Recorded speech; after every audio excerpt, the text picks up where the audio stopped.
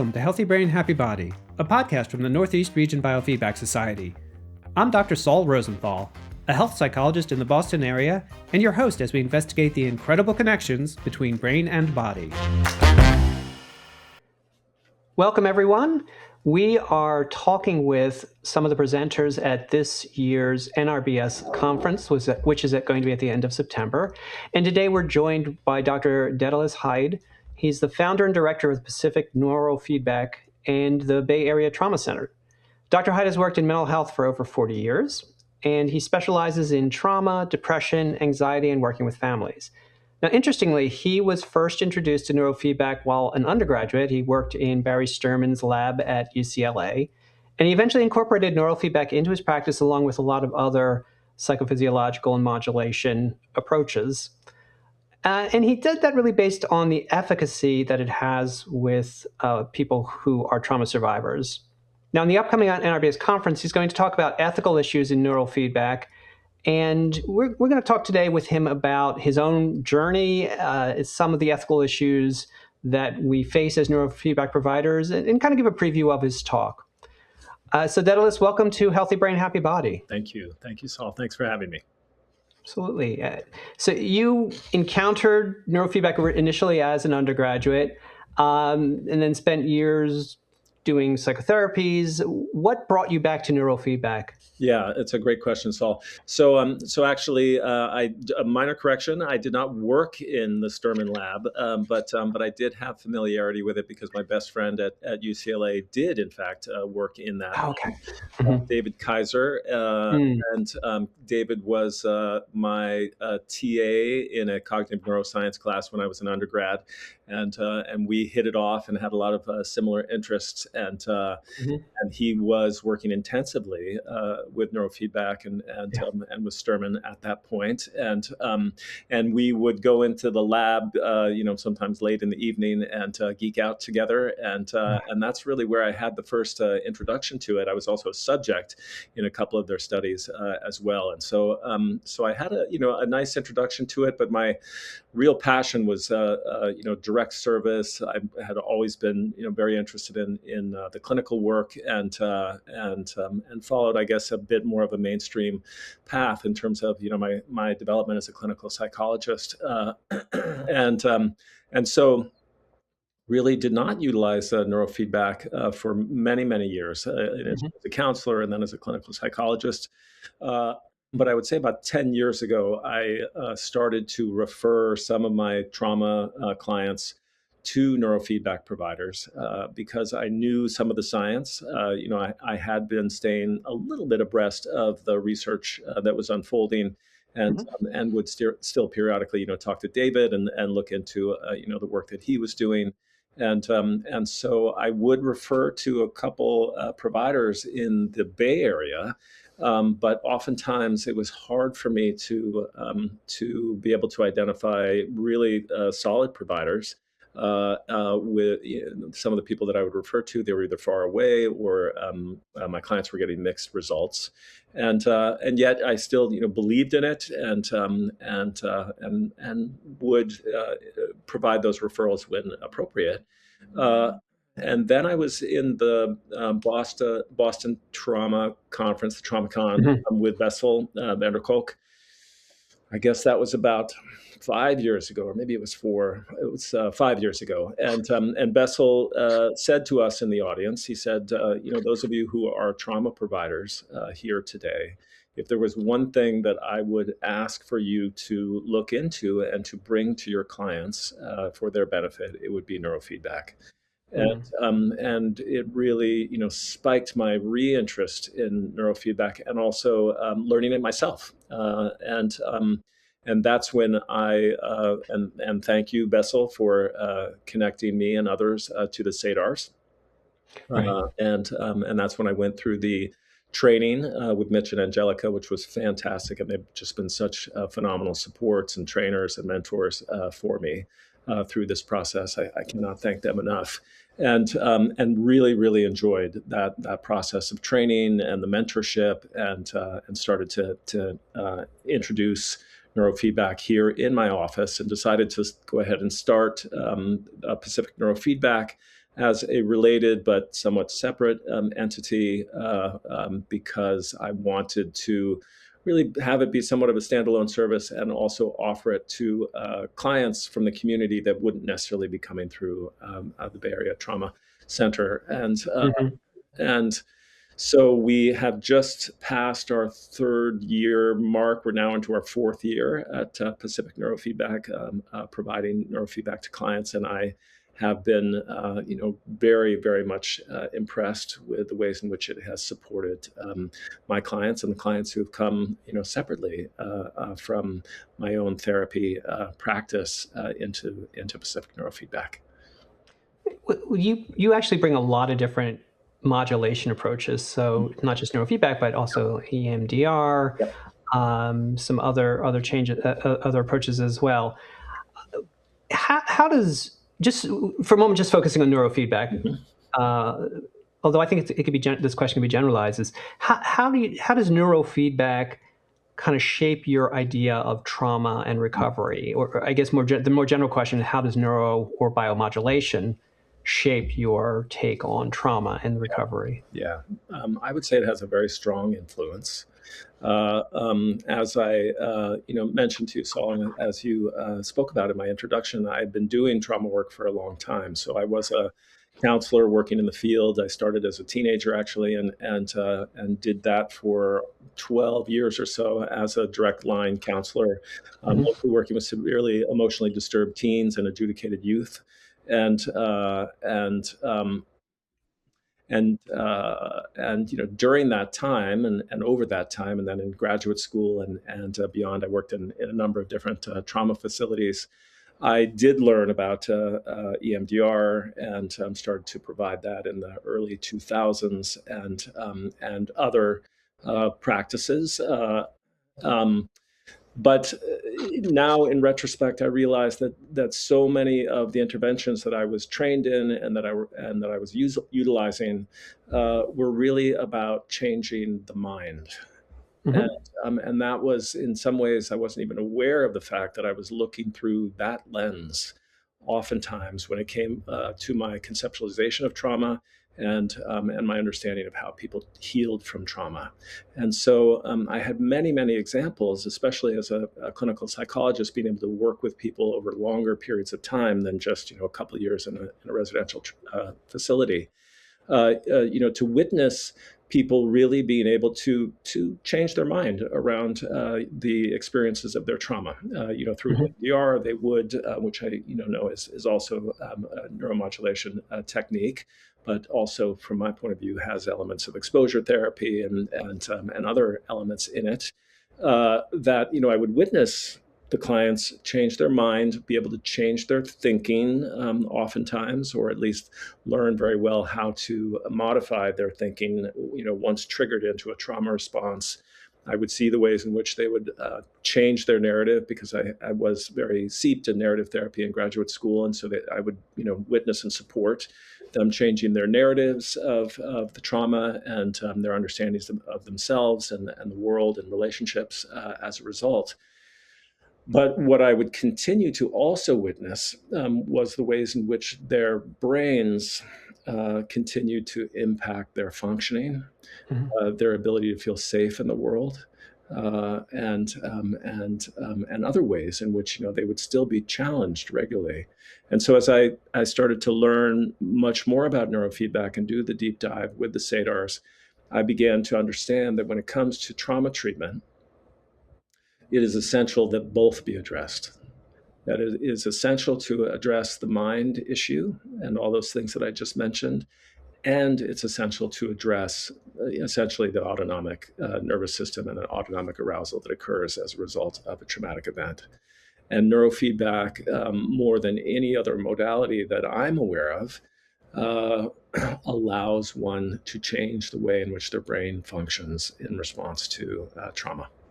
So it has changed a lot of the way in which I look at trauma treatment, and I'm regularly looking through the lens of, what is happening in terms of brain functioning, and where are the opportunities to help and support somebody in changing the way in which their brain functions and not only their mind. But your response kind of brings up a question that I often wonder about in trauma, in anxiety treatment in general, which is that mind versus body question, mind versus brain question. Yeah. Because I think mainstream trauma therapies really are focused on the processing question. So whether it's prolonged exposure, cognitive reprocessing theory, even EMDR is a bit of both, but is a processing approach. And yet we're talking here really about regulation, Yes. which historically has sort of been poo-pooed, I think, by the processing sides of things. Yep. Do you think that that there's a better sequence, if you will? I mean, should we regulate before we process? Should we process before we regulate? Do we do both at the same time? Right. What are your thoughts on that? Yeah, it's a great question, Saul. And I would say that I'm still in, the learning phase to some extent, as opposed to the conclusion phase around that question. And am having an opportunity to witness both because, again, based on how I have things set up, I've been able to witness my clients who, many of them I have done years of therapy with, very successful courses of EMDR, talk therapy, a lot of cognitive work because I was well steeped in CBT by a former supervisor of mine. And so I've been able to witness those folks who've done all of that processing work, then do neurofeedback, and the ways in which they have benefited from that. Most of them, not all of them, which is touching in a little bit to some of the ethical issues that I'm interested in talking about at the conference. And then I have people who are coming in and are not interested in doing therapy with me at all, are not interested in processing, and simply are there to address their symptoms and utilize neurofeedback, to reduce those symptoms and really impact the brain. And so, to witness both. Am I coming to any tentative conclusions about the best way to conduct and address both of those?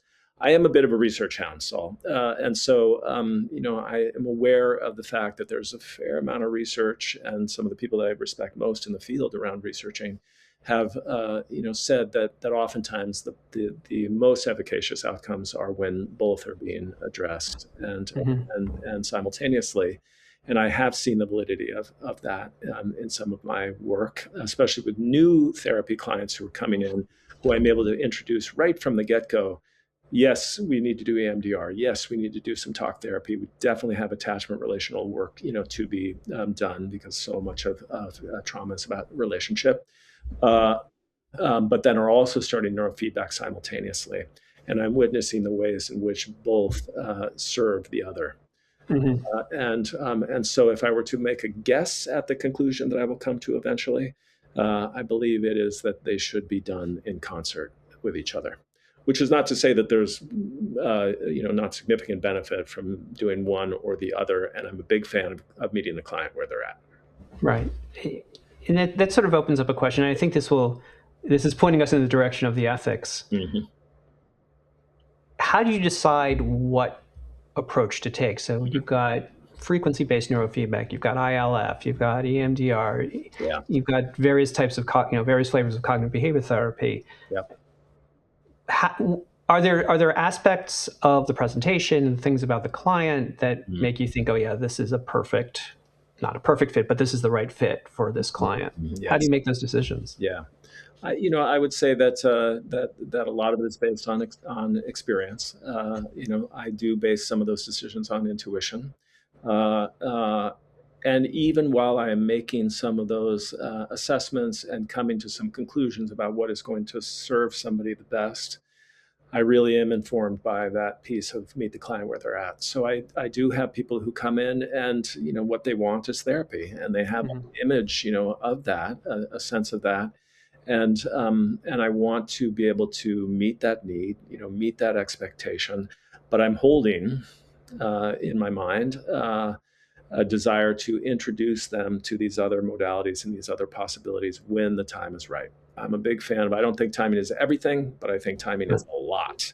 And so, so even if I'm aware that this person could really benefit from neurofeedback, and yet I'm picking up on signs that they might not be ready to hear it, I wait. I'll hold it. The relationship will build. They'll start to trust me more, and then I can introduce this concept of neurofeedback.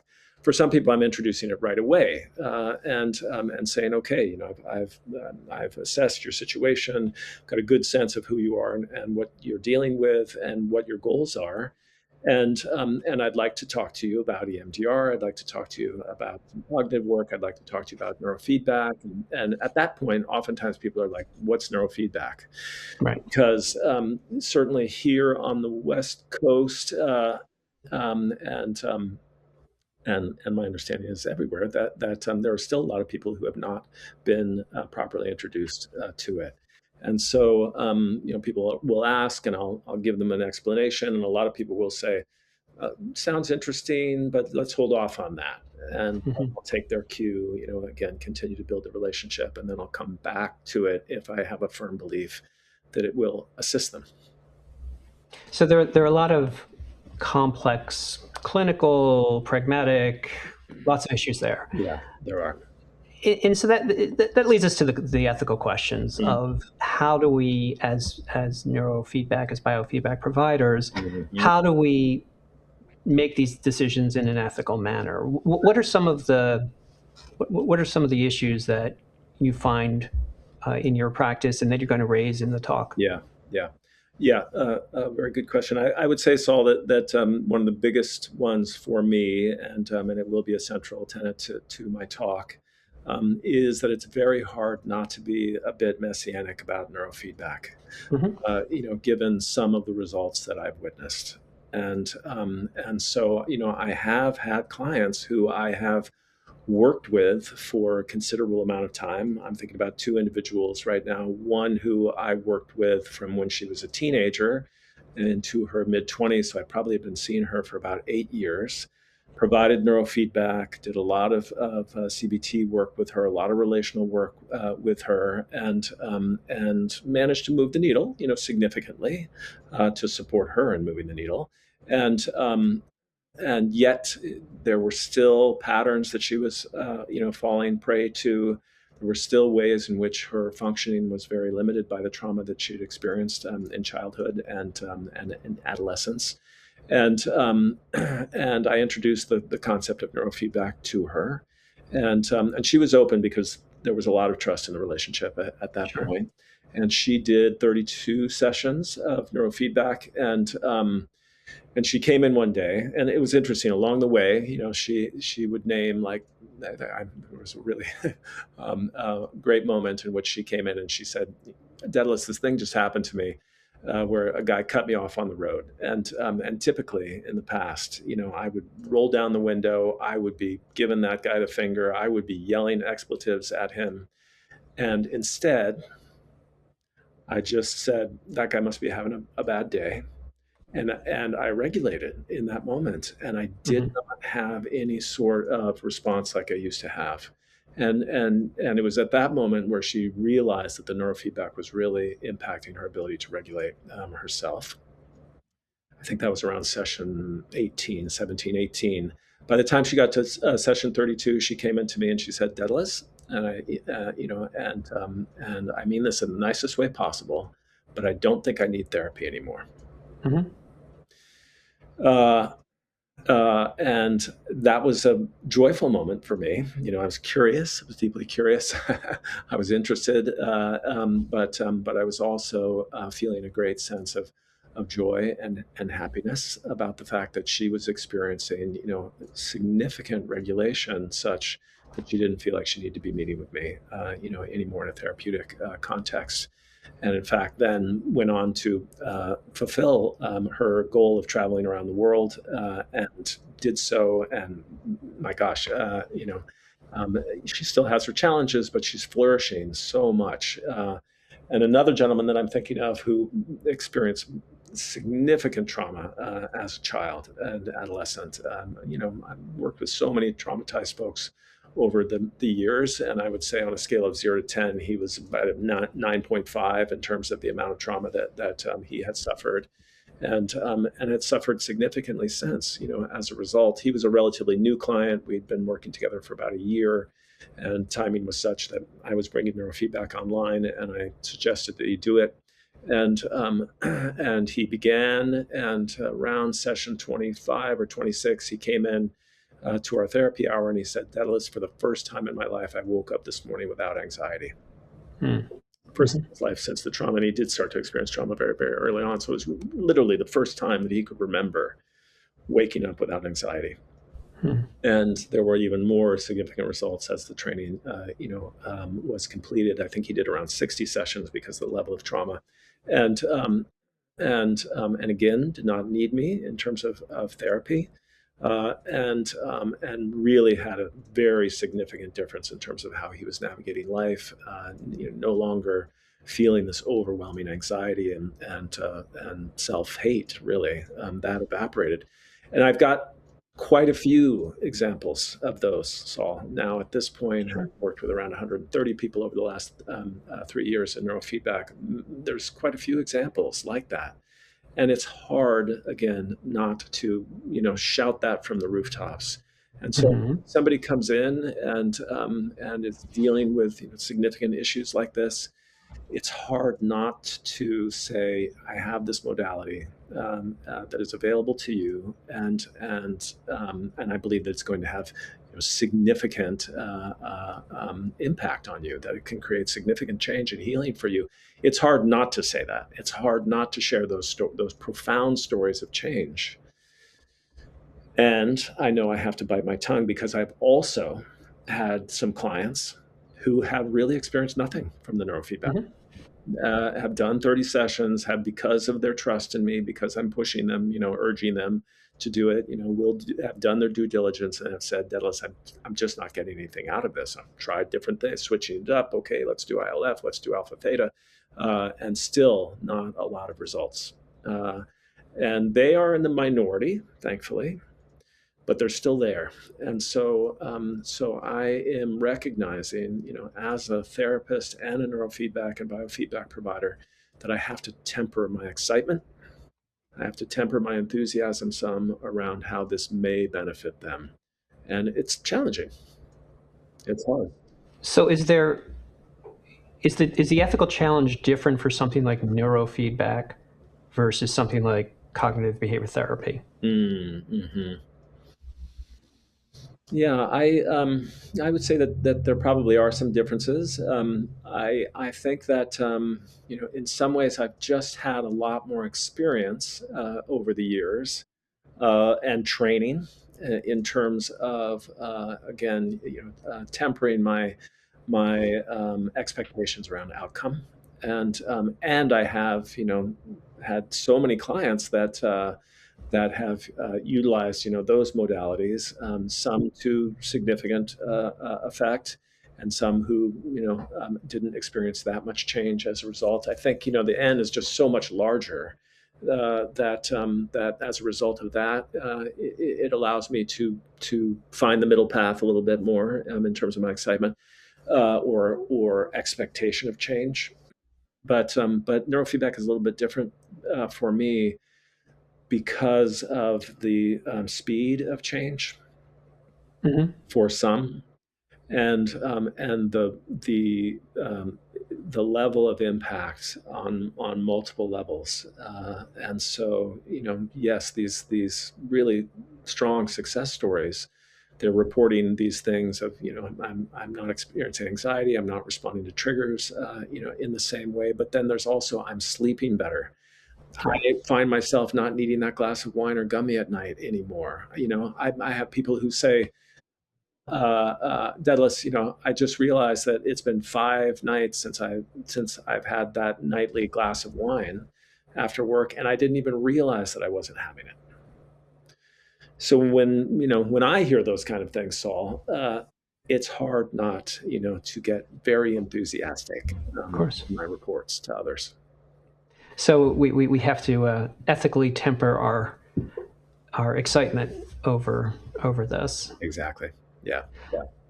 Are there other ethical issues, I was going to say, I don't really want to call them traps or conundrums, but ethical issues that we might need to look for in particular within this realm compared to more mainstream treatment approaches? Yeah. There are several. Another one that comes up for me, Saul, is because even though, as we know, neurofeedback has been around for quite some time at this point. That many of us providers, even though I did have the introduction, long ago in the late '80s, early '90s to neurofeedback. Again, I took a long hiatus from really, paying much attention to it, and so I do consider myself a newbie to some extent in the neurofeedback world. And I think that's true of a lot of providers, and that there's a sense, at least for myself, that things are still rapidly evolving related to understanding, related to practice. And there's a lot of differing inputs of information around what works and what doesn't work, and you should use this modality, and do you use a cue or do you not? I was so inspired by Seaburn Fisher's book, and think she's amazing, incredible. But there's one voice who, at least in the past, perhaps felt like more trial by error, and feeling it out and using her well-honed cognitive and clinical abilities, to identify what's going to work for somebody. Whereas, other people that I've been influenced are like, you've got to do a cue, and it's an essential piece of the assessment and the treatment. Again, these are examples of differing inputs, differing opinions about what works. And so it feels like there's still a newness and a developing nature, to neurofeedback, even though that's not necessarily true, given, some of the history and research. That I think we have a greater ethical responsibility in some ways, to be doing our research, to be training actively, to be in active mentorship, to not just plug in the amp and throw some electrodes on and see what happens. But for myself, at least, I've recognized my ethical commitment to really trying my hardest to study, learn, and stay abreast of current research and understanding of neurofeedback and what works. I think one of the things that I guess holds the field back a little bit is the lack of research compared to other modalities. Yeah. And, we have people like Bessel van der Kolk and Seaburn Fisher who've advocated for this, and are probably, in many ways, the strongest advocates within healthcare. Yep.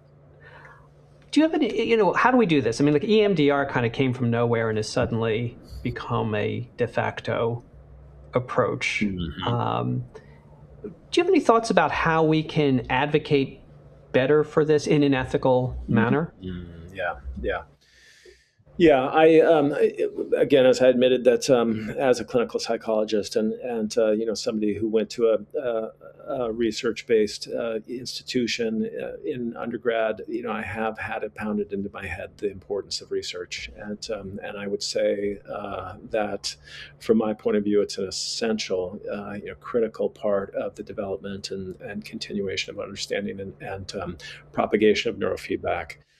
For us to continue the research and one of the reasons why I'm so appreciative of people who are out there doing it. I think that I feel a responsibility to also do research out of my office, and it's something that me and some of my techs are talking about right now. Many of my techs are in grad school themselves and are interested in research too. And I have to say, just quick sidebar, Saul, I'm so pleased and so excited that there are all these young people who are being trained in cognitive neuroscience programs, who are coming out with a much different sensibility, understanding, and orientation to neuroscience and neurofeedback than us old folks, not including you there, Saul.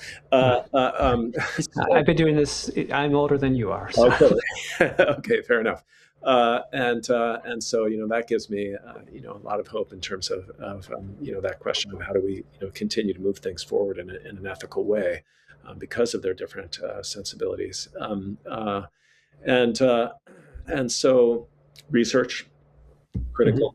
I think it's critical that that again we not be too hyperbolic about our reports about the efficacy of it.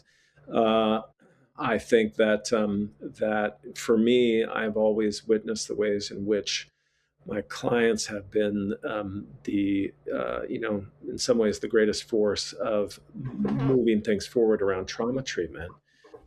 Is in their own experiences of doing EMDR or really transforming themselves in their lives through their bravery and commitment, that they have been some of the loudest and best advocates for making it known. There are still people that I meet with who don't know about EMDR and have never heard about it. And there are a fair amount of clients that are coming to me who say, yeah, so-and-so worked with you and they did this thing called EMDR and it was really helpful. And I'd like to give that a shot, myself. And so I think really paying attention to the ways in which we conduct ourselves as providers with our clients, and then recognizing that they might be some of the best ambassadors, that we have in terms of continuing to move things forward with neurofeedback as a key piece of it too. Yeah, absolutely. I think that so a lot of the work I don't do a lot of trauma work. I do a lot of health related, and I start getting referrals from doctors of clients because they've gone back to them and said, this has worked. Yes. Well, as we wrap up, I kind of like to end on something a little, sort of more reflective thoughts. And so you've been doing this work for a long time. You've been doing trauma work for a long time, and you've at least had exposure to the neurofeedback and other modulations. If you were to kind of look into your crystal ball, where do you think this field is going? I think it is going towards a recognition on a much greater level amongst both the science community, the medical community, and our population as a whole on a societal level of an acceptance and an understanding and appreciation that this is very much going to be a significant component of healthcare, of helping people overcome things like trauma and anxiety disorders and ADHD and ASD and other forms of challenge or distress that. There's a reason, sorry about the segue, Saul, but there's a reason why I have chosen to invest so much time, energy, money into launching Pacific Neurofeedback and really trying to bring it to my community in a meaningful way. It's because I believe in it. And I believe that there will come a time in probably not even the not so distant future, 20 years or perhaps less, where most people know about neurofeedback, many people have done it, and many people recognize that it has helped them considerably in terms of having meaningful and fulfilling lives. Well, in 20 years, we'll do a retrospective and see. Okay. My guest today is Dr. Dedalus Hyde, founder and director of Pacific Neurofeedback and the Bay Area Trauma Center. You can hear more from Dedalus and the other presenters at this year's NRBS conference. We're meeting virtually, so you can join us from anywhere on the planet and maybe beyond, I don't know. It is September 26th and 27th. Go to nrbs.org or the conference link in the show notes. If you register before August 15th, you'll get an early bird discount, and you can get an extra special additional 10% discount by using the code NRBS26INVITE. So join us at the end of September and, of course, on our next episode of Healthy Brain, Happy Body. Thanks, Dedalus, so much for joining us. Thanks so much, Saul. Thanks for joining us on Healthy Brain, Happy Body. Subscribe to this podcast by clicking the subscribe here link in the show notes or wherever you get your podcasts. If you enjoy Healthy Brain, Happy Body, please rate us and leave reviews at Apple Podcast, YouTube, or wherever you get the podcast. Reviews help us reach more listeners, and that's more people who can learn about and benefit from biofeedback, neurofeedback, and other mind-body approaches to health. Also, let us know what you think by sending us email. Our address is healthybrain@nrbs.org. Healthy Brain, Happy Body is produced and edited by me. The theme music is Catch It by Coma Media. It is a production of the Northeast Region Biofeedback Society. Go to nrbs.org to find out more about the organization, including our trainings, monthly webinars, and yearly conference. All opinions expressed are those of our guests and not the NRBS. This podcast is not meant to replace advice from qualified healthcare providers. Healthy Brain, Happy Body is supported by the sponsors of NRBS. Be sure to join us on our next episode as we continue to explore the keys to our well-being on Healthy Brain, Happy Body.